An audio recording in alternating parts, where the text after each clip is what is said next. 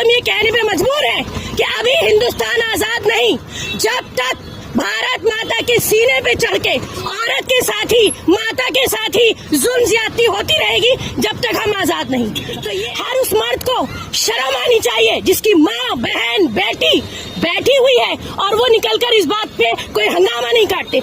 देखिए, आज इतना बुरा वक्त आ गया है जिस मुल्क में हम रहते हैं कि हम लोगों को आज अपना मुंह बंद करके अपना एक एजिटेशन दर्ज करवाना पड़ रहा है। हमारा आज का जो ये साइलेंट प्रोटेस्ट है, वुमेन इंडिया मूवमेंट, एक ऑर्गेनाइजेशन जो 12 स्टेट्स में कुछ सालों से औरतों के एम्पावरमेंट और अपलिफ्टमेंट के लिए काम करती है, हमने पिछले कुछ 1 महीने से एक कैंपेन स्टार्ट किया हुआ है। आप देख सकते हैं इस कैंपेन का जो हमने टाइटल दिया है कि वुमेन सेफ्टी, ठीक है, एक कलेक्टिव रेस्पॉन्सिबिलिटी, यानी औरत की हिफाजत हर एक की जिम्मेदारी।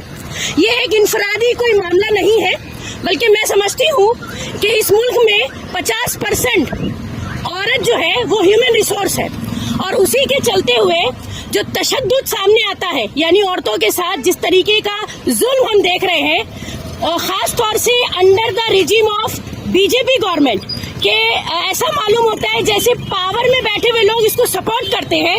रेप की घटनाएं हो, या फिर औरतों के साथ ट्रेन, बस, सड़क पर चलते हुए वायलेंस हो, या फिर औरतों को जो जस्टिस नहीं मिलता, या फिर वो एक्टिविस्ट औरतें जो आवाज उठाना चाहती हैं सोशल इश्यूज के ऊपर, उनको बिहाइंड द बार्स डाल दिया जाता है, या फिर लिंचिंग, बुलडोजर में जो औरतें सफर होती हैं, या फिर आसाम के डिटेंशन कैंप में बुरी हालत में, तकलीफ में जिन औरतों को रखा जाता है। ऐसे में हमने अपनी जिम्मेदारी समझी, हमने 2 अक्टूबर को एक कैंपेन स्टार्ट किया, क्योंकि गांधी जयंती के दिन ये गांधी जी का एक स्टेटमेंट था, ये कोटेशन था कि जिस दिन औरत कश्मीर से कन्याकुमारी तक मुल्क में अकेले सफर कर लेगी, हम उस दिन समझेंगे कि ये मुल्क आजाद है। और आज ये जो 75 साल हम आजादी का गाना गाते हैं और जो हालात हम देख रहे हैं, ये मैच नहीं होते। इसलिए आज हम ये कहने पे मजबूर हैं कि अभी हिंदुस्तान आजाद नहीं, जब तक भारत माता के सीने पे चढ़ के औरत के साथ ही, माता के साथ ही जुल्म ज्यादती होती रहेगी, जब तक हम आजाद नहीं। तो ये एक आजादी की लड़ाई है जो आज के वक्त में औरतें इस मुल्क में लड़ रही हैं। कोलकाता रेप केस से लेकर, ठीक है, आप पीछे की हिस्ट्री देखिए, या फिर रोज बरोज कोई भी ऐसी कम्युनिटी उठाइए, दलित उठाइए, क्रिश्चियन उठाइए, मुस्लिम उठाइए, यहाँ तक कि आइडेंटिटी बेस्ड अटैक भी है इस मुल्क में। आइडेंटिटी देखकर हिजाब का मामला हो, स्कूल कॉलेजेस में देखिए कि नर्सरी की बच्ची को नहीं छोड़ा जाता, उसके बाद ट्रेन में, बस में आप देखिए, यहाँ तक कि women in uniform also not safe in this country. उसके बाद सवाल उठता है लॉ एंड ऑर्डर का, सवाल उठता है जस्टिस सिस्टम के ऊपर। यही हमारी कुछ डिमांड्स हैं कि हम चाहते हैं जो तशद्दुद और बेहुरमती और जो जुल्म इस वक्त हिंदुस्तान की सरजमीन पे औरतों के साथ हो रहा है, उसको बराबर चेक होना चाहिए। उसके ऊपर हमारी डिमांड है कि सख्त से सख्त कानून बनने चाहिए। मैडम, इस पार्टियां पावर में है मगर इन पर तवज्जो नहीं दे रहे। एक बात सुनिए, जो पार्टी पावर में है, जो गवर्नमेंट आज पार्लियामेंट में बैठी है, नया पार्लियामेंट का जब इनॉग्रेशन हुआ तो मोदी जी बोले थे 33% रिजर्वेशन औरतों को गिफ्ट कर रहा हूँ। आज तक वो गिफ्ट हाथ में नहीं आया औरतों के। औरतों का रिप्रेजेंटेशन लीस्ट है, यहाँ पर कम से कम मिनिमम है, औरतों का रिप्रेजेंटेशन है ही नहीं। 50% रिसोर्स होते हुए जो रिप्रेजेंटेशन औरतों का होना चाहिए था। एक दूसरी बात, जो सोशल एक्टिविस्ट काम करती है उनका मुंह बंद करके उनको बिहाइंड द बार्स कर दिया जाता है। आप देखिए, हमारी CNRC के एक्टिविस्ट को ले लीजिए, या इसके अलावा दूसरी बहुत सारी एक्टिविस्ट हैं जो आज भी जेलों में सड़ रही हैं, उनको जस्टिस नहीं मिलता। उसके बाद हम जैसे प्लेटफॉर्म जो औरतों के लिए काम कर रहे हैं, ये हमने अपनी एक अखलाकी जिम्मेदारी समझी है। हम इस मुल्क में रहते हैं, हमें लगता है हमारी मॉरल ऑब्लिगेशन है, बल्कि ऑब्लिगेशन क्यों, बीइंग ए वुमेन, ये मेरे लिए शर्म की बात होगी कि मैं तशद्दुद देख रही हूँ और मैं अपने घरों में खामोश बैठूं। और उसके बाद हमने इसको नाम दिया कलेक्टिव रेस्पॉन्सिबिलिटी का।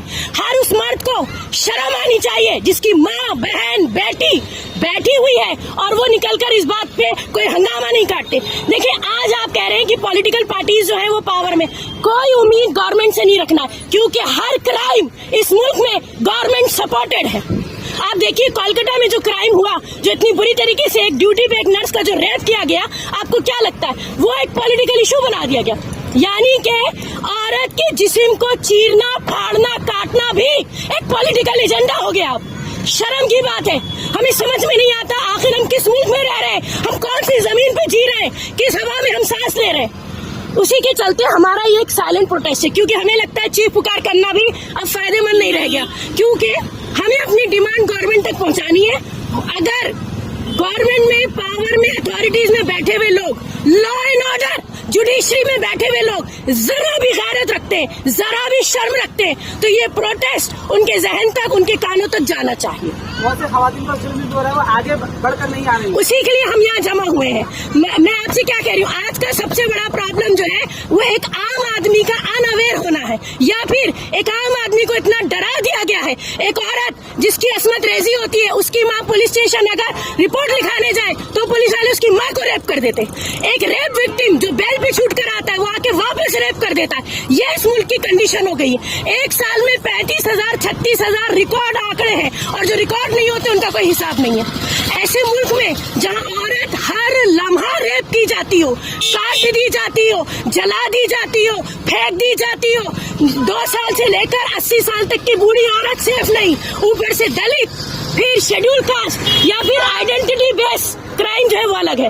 मुसलमान औरत को देखते हैं सर ढकी है, उसके साथ अब्यूज अलग होता है, हरासमेंट अलग होता है, market place, work place, public place कहीं नहीं छोड़ा जाता।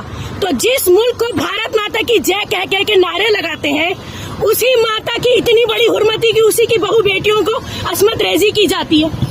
अब आप बताइए, यहाँ तक के जो हमारी एक्टिविस्ट जेल में है उनके ऊपर अभी तक कोई क्राइम साबित नहीं है, मगर वो जेल में क्यों? क्योंकि उन्होंने मुंह खोला।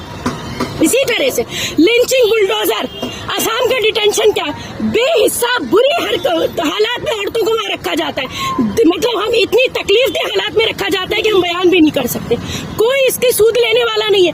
मोदी जी बेटी बचाओ बेटी पढ़ाओ, बेटी बचाओ बेटी पढ़ाओ, इतना झूठ और उसके बाद इतना प्रोपोगेंडा। मैं समझती हूँ ये पूछना और कहना बेकार होगा कि where is the government, where is the political party.